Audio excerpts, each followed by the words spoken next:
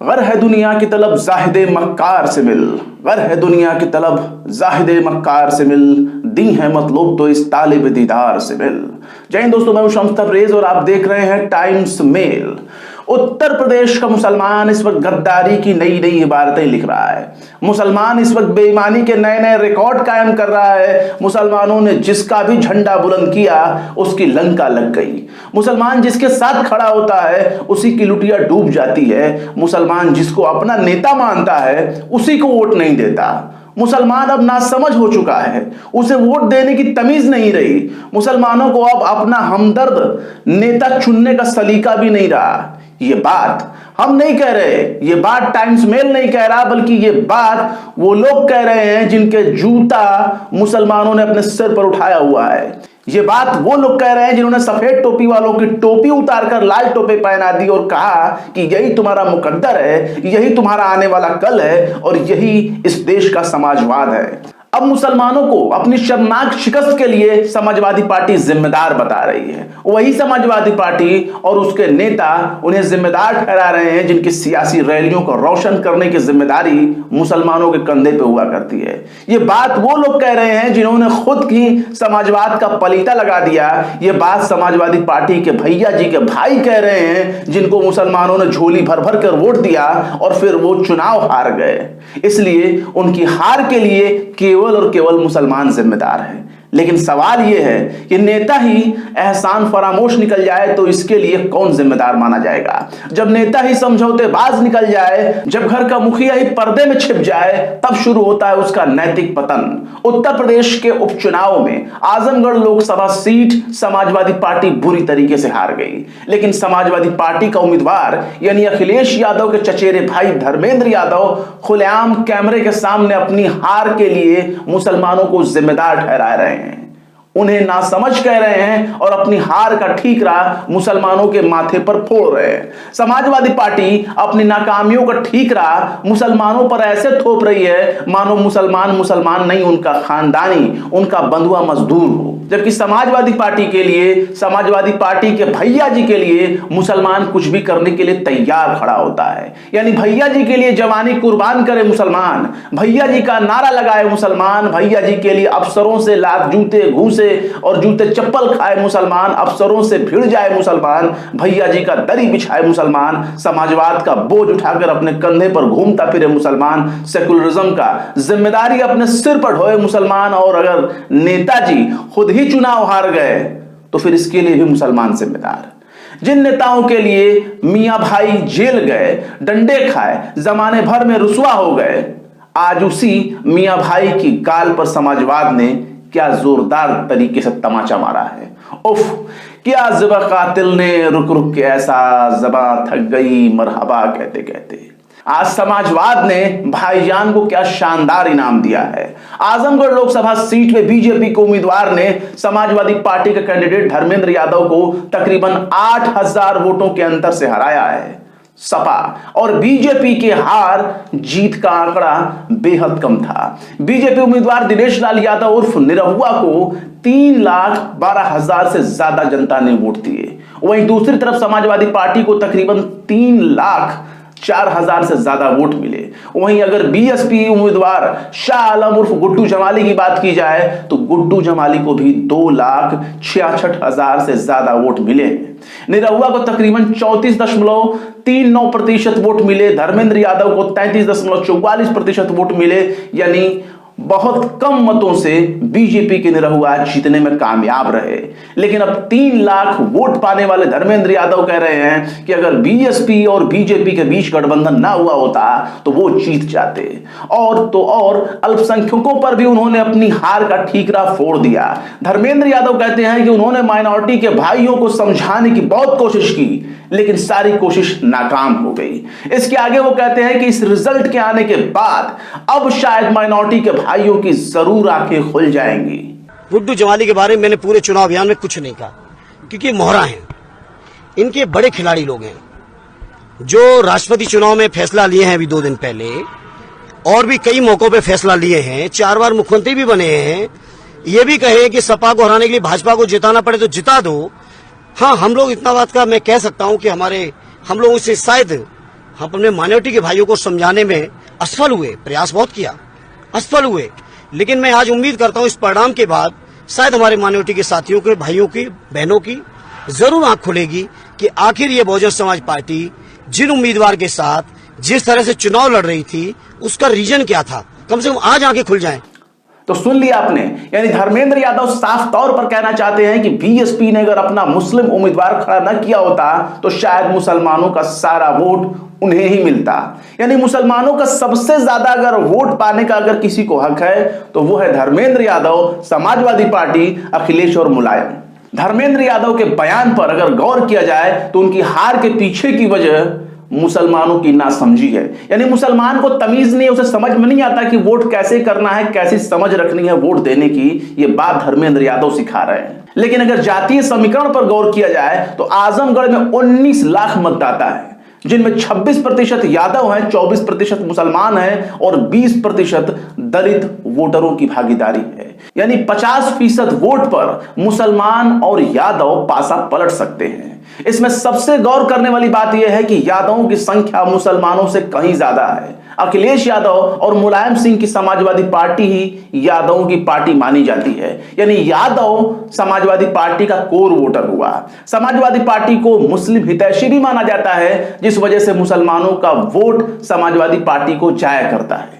इसके बावजूद भी समाजवादी पार्टी को 33% से ज्यादा वोट मिले, लेकिन समाजवादी पार्टी की इतनी भी हिम्मत नहीं है कि वो ये कह सके कि बीजेपी ने समाजवादी पार्टी के उम्मीदवार, यादव उम्मीदवार के सामने एक यादव उम्मीदवार को लड़ा दिया था और यादवों का वोट बीजेपी को चला गया। मायावती तो विधानसभा चुनाव में हार के वक्त कह चुकी हैं कि मुसलमानों का वोट समाजवादी पार्टी को चला गया, जिसकी वजह से उनकी हार हुई।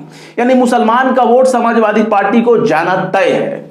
तो ऐसे में धर्मेंद्र यादव से यह सवाल है कि क्या अपनी खुद की बिरादरी के लोगों को समझाने में कामयाब रहे कि उनकी बिरादरी बीजेपी को वोट ना करे बल्कि उनको वोट करे। क्योंकि धर्मेंद्र यादव और निरहुआ दोनों ही एक ही जाति से ताल्लुक रखते हैं, जिसका नाम है यादव। सपा और भाजपा के यादव उम्मीदवार होने की वजह से यादवों का वोट तितर बितर हो गया। लेकिन समाजवादी पार्टी में इतनी भी हिम्मत नहीं कि वो ये कह सके कि उसकी हार के लिए यादव जिम्मेदार हैं। वो ये जानते हैं कि मायावती पहले मुसलमानों को अपनी हार के लिए बदनाम कर चुकी हैं। ऐसे में धर्मेंद्र यादव ने भी अपने हार के लिए गुड्डू जमाली और मुसलमानों को जिम्मेदार ठहरा दिया। चलो अगर मान भी लिया जाए कि मुसलमानों ने अपना वोट गुड्डू जमाली की तरफ ट्रांसफर कर दिया तो गुड्डू जमाली 29% वोट पाकर तीसरे नंबर पर रहे। अगर दलितों के 20% वोट के साथ मुसलमानों का 24% वोट मिल गया हो तो कम से कम 44% वोट बीएसपी के पाले में जाना चाहिए था। जाहिर सी बात है, मुसलमान, दलित, यादवों ने अपनी अपनी जाति को देखकर वोट नहीं किया। उन्होंने अपने कैंडिडेट को चुनकर वोट किया। निरहुआ वहां का भोजपुरी स्टार है, वहां के क्षेत्रीय भाषा का इलाके पर दबदबा है और निरहुआ को वोट सभी लोगों का गया होगा। मुसलमान, दलित और यादव ने अपनी जाति को देखकर वोट नहीं किया। मुसलमानों ने भी बिल्कुल भी अपनी सिर्फ जाति को देखकर और धर्म के आधार पर वोट नहीं किया। लेकिन धर्मेंद्र यादव जाति और धर्म के नाम पर अपनी लार टपका रहे थे।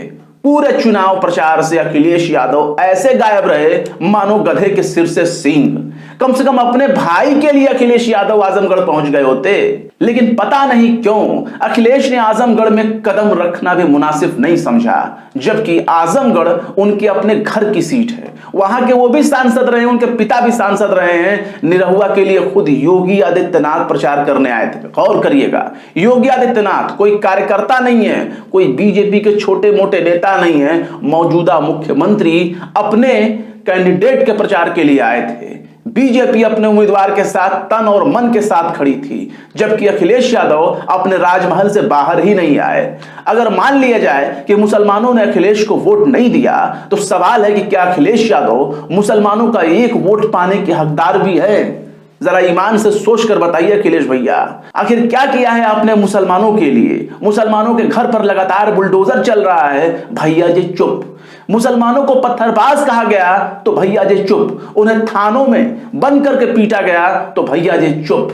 मुसलमानों को दंगाई कहा गया तो भैया जी एकदम चुप। मुसलमानों को दौड़ा दौड़ा कर सड़क पर पीटा गया, उन्हें लहूलुहान कर दिया गया, उन्हें गोली भी मार दी गई दूसरे राज्यों में, तब भी भैया जी चुप। केवल ट्विटर पर 4 अक्षर लिख देने से कोई नेता नहीं हो जाता भैया जी। जो नेता मुसीबत आने पर अपने घर में दुबक कर बैठ जाए, जो नेता मैदान छोड़कर भाग जाए, उसे रणछोड़ दास कहते हैं। अखिलेश यादव ने आज तक इस बात का बिल्कुल भी खुलासा नहीं किया कि मुसलमानों का कट्टर विरोधी आरएसएस से उनका क्या ताल्लुक रहा है। आरएसएस चीफ मोहन भागवत का उनके पिता मुलायम सिंह यादव से क्या रिश्ता है। चुनाव से पहले ही मोहन भागवत और मुलायम सिंह यादव क्यों मिले, दोनों में क्या डील हुई, क्या बातचीत हुई, क्या समझौता हुआ। मुसलमानों के हर मसले पर अखिलेश यादव और समाजवादी पार्टी चुप्पी साधे रही। आखिर इस खामोशी के पीछे कौन सा राज है, ये कौन सा राज दफन है, अखिलेश यादव को बताना चाहिए। समाजवादी पार्टी में मुसलमानों का सबसे बड़ा नेता अगर किसी को माना जाता है तो वह है आजम खान, लेकिन आज की तारीख में उन्हें बकरी चोर, मुर्गी चोर और किताब चोर कहा जाता है। महीनों तक आजम खान और उनके परिवार को जेल में रहना पड़ता है।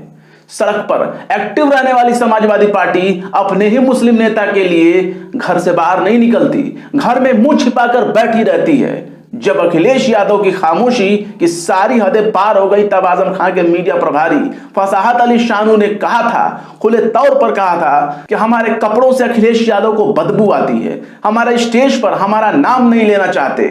सारा ठीकरा अब्दुल ने ले लिया है, दरी भी बिछाएगा अब्दुल, वोट भी अब्दुल ही देगा, जेल भी जाएगा अब्दुल। आजम खान के मीडिया प्रभारी फसाहत अली शानू ने तो यहां तक भी कह दिया था अखिलेश यादव को कि हमने आपको और आपके वालिद को मुख्यमंत्री बनाया, आप इतना बड़ा दिल भी नहीं रख सकते थे कि आजम खान को नेता प्रतिपक्ष बना देते। हमारे वोटों से ही आप 111 सीटें जीते हैं। आज भले ही आजम खान जेल से बाहर हैं, लेकिन उनके भाषा और उनके लहजा बता रहा है कि वो अपनी पार्टी से कितना नाखुश हैं। पत्रकार समर राज लिखते हैं कि 14 दिन पहले आजमगढ़ गए धर्मेंद्र 60 दिन से चुनाव प्रचार में लगे जमाली को हार के लिए जिम्मेदार बता रहे हैं। खुद बदायूं से गए सपा नेता बसपा के स्थानीय नेता को गद्दार बता रहे हैं। सामने मुस्लिम था, फिर भी अधिकतर मुस्लिमों ने सपा को वोट दिया, तब भी कसूरवार ठहरा रहे हैं। हुआ क्या है इन्हें। मजलिस इत्तेहादुल मुस्लिमीन के सरबराह असदुद्दीन ओवैसी ने भी चुटकी लेते हुए कहा कि समाजवादी पार्टी की अब बस की बात नहीं रही बीजेपी को हराना, अब हार के लिए बी टीम सी टीम कहेंगे किसे। अखिलेश यादव में अगर जरा से भी नैतिकता है तो उनके भाई के जरिए दिए गए बयान के लिए पूरी समाजवादी पार्टी को माफी मांगनी चाहिए और ऐसे नेता को दोबारा आजमगढ़ से चुनाव नहीं लड़ाना चाहिए। जिसे अच्छे बुरे की तमीज नहीं वो चुनाव लड़ेगा, जिसे अपनी बात कहने का सलीका नहीं वो कैसे चुनाव लड़ेगा, जिसे अपनी हार और नाकामियों को कबूल करने की हिम्मत नहीं वो मुसलमानों को जिम्मेदार ठहराएगा। और नैतिकता कम से कम तो होनी ही चाहिए ताकि वो अपनी बिरादरी से भी इस बारे में सवाल जवाब पूछ सकें, अपनी यादव बिरादरी को भी कह सकें कि हमारी हार के लिए यादव भी जिम्मेदार हैं। बहरहाल चलते चलते मंजर लखनवी ने भी क्या खौफ फरमाया है। गुस्सा कातिल का ना बढ़ता न कम होता, गुस्सा कातिल का ना बढ़ता न कम होता, एक सिर है वो हर रोज कलम होता है। फिलहाल इस वीडियो में बस इतना ही। ये वीडियो आपको कैसा लगा कमेंट बॉक्स में जरूर बताएं। वीडियो पसंद आए तो लाइक करें, शेयर करें और बेबाक निष्पक्ष स्वतंत्र पत्रकारिता को सपोर्ट करने के लिए हमारे चैनल टाइम्स मेल को जरूर से जरूर सब्सक्राइब करें और हाँ, बेल आइकन का घंटी वाला बटन जरूर दबा दें ताकि हमारे चैनल पर आने वाले नए वीडियो का नोटिफिकेशन आपको फौरन ही मिल जाए। फिर मिलते हैं किसी और वीडियो में एक नई खबर के साथ। शम्स तबरेज को दीजिए इजाजत। जय हिंद।